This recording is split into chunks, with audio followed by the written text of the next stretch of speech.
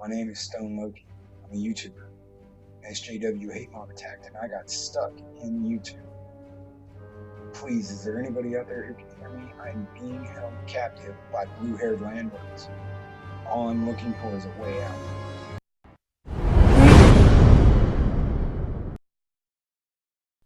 Greetings, programs, and welcome to Pop Culture Therapy. I'm your host, Loki, and today we are going to learn how to avoid an SJW hate mob. This is based on SJW's Always Lie, taking down the thought police.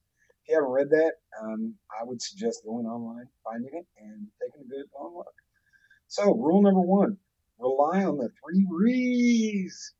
Recognize it is happening, remain calm, and realize no one gives a shit.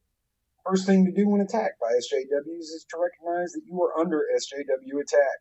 Remain calm and realize no one gives a shit. You need to understand that the attack is happening, accept that it is happening, and refrain from the temptation to try and make it not be happening. Do not panic. Sounds familiar. Don't go running to others for help or sympathy. Don't try to convince everyone around you how outrageous or unfair the accusation is, and don't explain to anyone how little you deserve the way you are being treated. They don't give a shit. They really don't. Think about how little you cared when someone else was previously being attacked by SJWs and how little you did to support them, let alone take action to stop the attack. That's exactly how much your colleagues and acquaintances care about you being attacked and exactly how much they're going to do to stop it. The truth is that it doesn't matter why SJWs are attacking you. The only thing that matters is understanding that you are under attack right now and no one else is going to do anything about it. Number two, never try and reason with them. The second thing is to recognize there is no way you're going to be talking yourself out of the situation you are in. Most people who come under SJW attack have the causality backwards. They think the attack is taking place due to whatever it is they did or said. That is not the case. Don't we all know that? The attack is taking place because of who you are and what you represent to the SJWs. A threat to their narrative? In most cases, the SJWs attempting to discredit and disemploy you already wanted you out a long time ago. They are simply using the nominal reason given as an excuse to get rid of you. And if the attack is more the result of SJW status seeking rather than thought policing, that's arguably even worse. You're screwed. Because if the motivation concerns them rather than you, there's absolutely nothing you can do about it. The most important thing to accept here is the complete impossibility of compromise or even meaningful communication with your attackers. You cannot reason with these people. SJWs do not engage in a rational debate because they are not rational, and they do not engage in honest discourse because they do not believe in objective truth.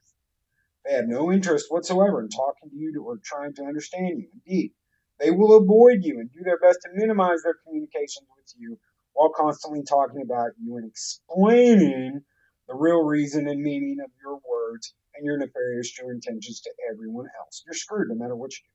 They will also try to isolate you and cut you off from access to any relevant authority, to the media, and to neutral parties. It's better to spin the narrative without your interference. This is why it is vital you do not agree to any confidentiality agreements or consent to keep your mouth shut while the SJW driven investigation is in process. Number three, do not apologize. Never apologize to these people. The third thing to remember when undergoing an SJW attack is to never apologize for anything you have done ever. I repeat, do not apologize. Do not say you are sorry if anyone's feelings were hurt. Do not express regret, remorse, or contrition. Do not say anything that can be taken as an apology in any way, shape, or form. Just in case I'm not being sufficiently clear, do not apologize, ever. Normal people seek apologies because they want to know that you feel bad about what you have done and that you will at least attempt to avoid doing it again in the future.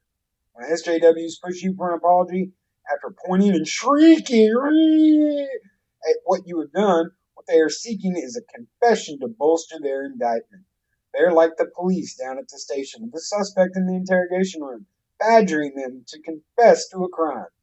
And like all too many police these days, the SJWs really don't give a shit if you did it or not.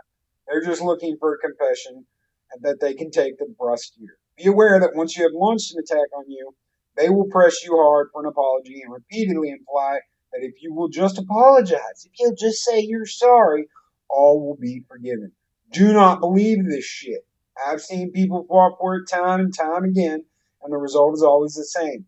SJWs are simply looking for a public confession that will confirm their accusations, give them PR cover, and provide them with the ammunition required to discredit and disemploy you.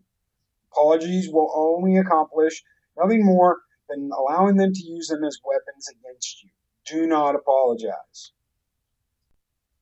Number 4, accept your fate. It's psychologically much easier to survive an SJW attack if you accept early on in the process that you're probably going to lose your job, be purged from your church, your social group, your friends, your family, your professional organization.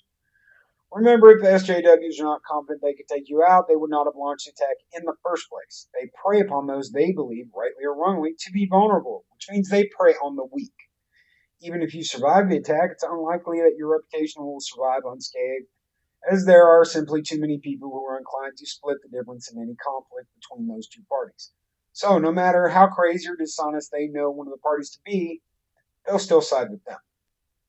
Be prepared to be disappointed by the behavior of some of the people you believe to be your friends, but don't be angry with them or allow the anger you feel for the SJWs to be displaced on those who have disappointed you.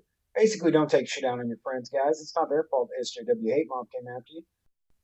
Number 5, document their every word and action. Most of the time, SJW purges are committed at least partially outside the organization's established rules and forms.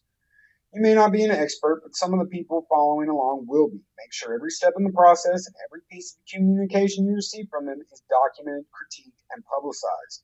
They will pull out all the stops to hide their actions in order to avoid public criticism and, in some of the more egregious cases, ridicule. By forcing them to show their hand in public, you allow others to see and understand what they are really trying to do to you. This may not be sufficient to save yourself from an ongoing attack, but it will almost certainly strengthen your negotiating position and will also help prevent the SJWs from blithely repeating the process against you or someone else in the future. Whatever you do, do not agree to any gag orders or sign any confidentiality agreements that will handicap your ability to use the documentation you have acquired to prevent them from spinning a narrative about what happened, because of course you know they're going to. SJWs rely on secrecy. Once they know you have their actions documented, they will try very hard to tie your hands in a manner that will prevent you from making that information public in the future.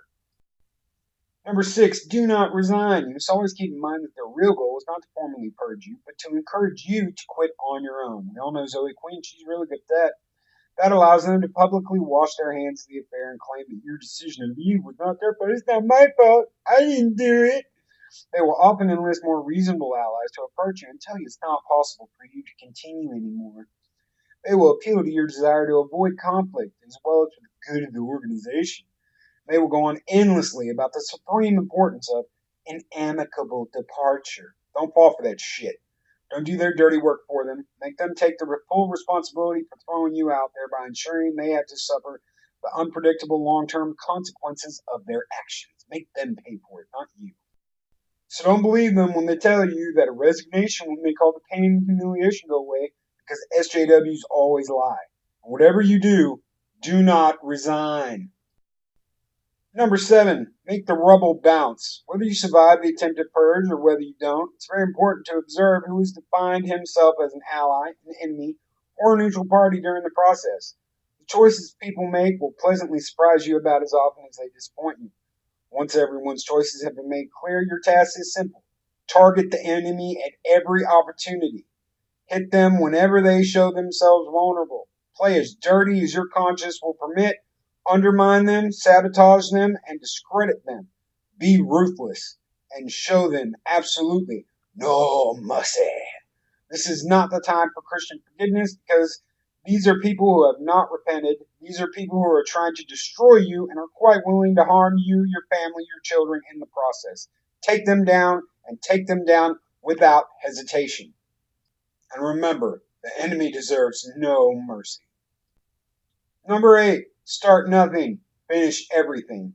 Even when the initial conflict is over, the SJWs are not going to leave you alone so long as they believe you to be a potentially vulnerable threat to them. This is why you have to be prepared to continue to up the ante until they finally reach the conclusion that they cannot possibly beat you and they are better off keeping their distance. Fortunately, SJWs are highly emotional pussies and prone to depression, so demoralizing them tends to be considerably easier than you might imagine. They will still hate you, but after repeatedly meeting with staunch and confident opposition, they will usually decide to leave you alone and go in search of less difficult prey. Reward enemies who leave you alone by leaving them in peace. Reward enemies who insist on continuing hostilities with no mercy. And never forget, no matter what they do, they cannot touch your mind, they cannot touch your heart, and they cannot touch your soul. This is Stone Loki. Don't let these bastards get you down. Don't let them get you fired. Don't let them make you take your own life. Take it to them. Don't take any shit. If you like this video, please subscribe to my channel. Hit that little thumbs up button, and I'll catch y'all on the next Pop Culture Therapy.